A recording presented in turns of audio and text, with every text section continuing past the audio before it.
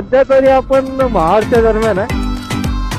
हाय रस्ता ठीकठाक आहे, ठीकठाक आहे. रत्नागिरी 183 किलोमीटर बाकी आहे. बघा तिकडे सनराईज काय दिसलं ना, कॉलेज सूर्यास्त झालेला आहे. अशा प्रकारे रत्नागिरी स्ट्रेट 20 किलोमीटर अवघी 10 मिनिटात कापला. कशेडी घाटाचा टनल. आता आपण बोरते घाट यामध्ये आहे. आपण सध्या आता परशुराम घाट मध्ये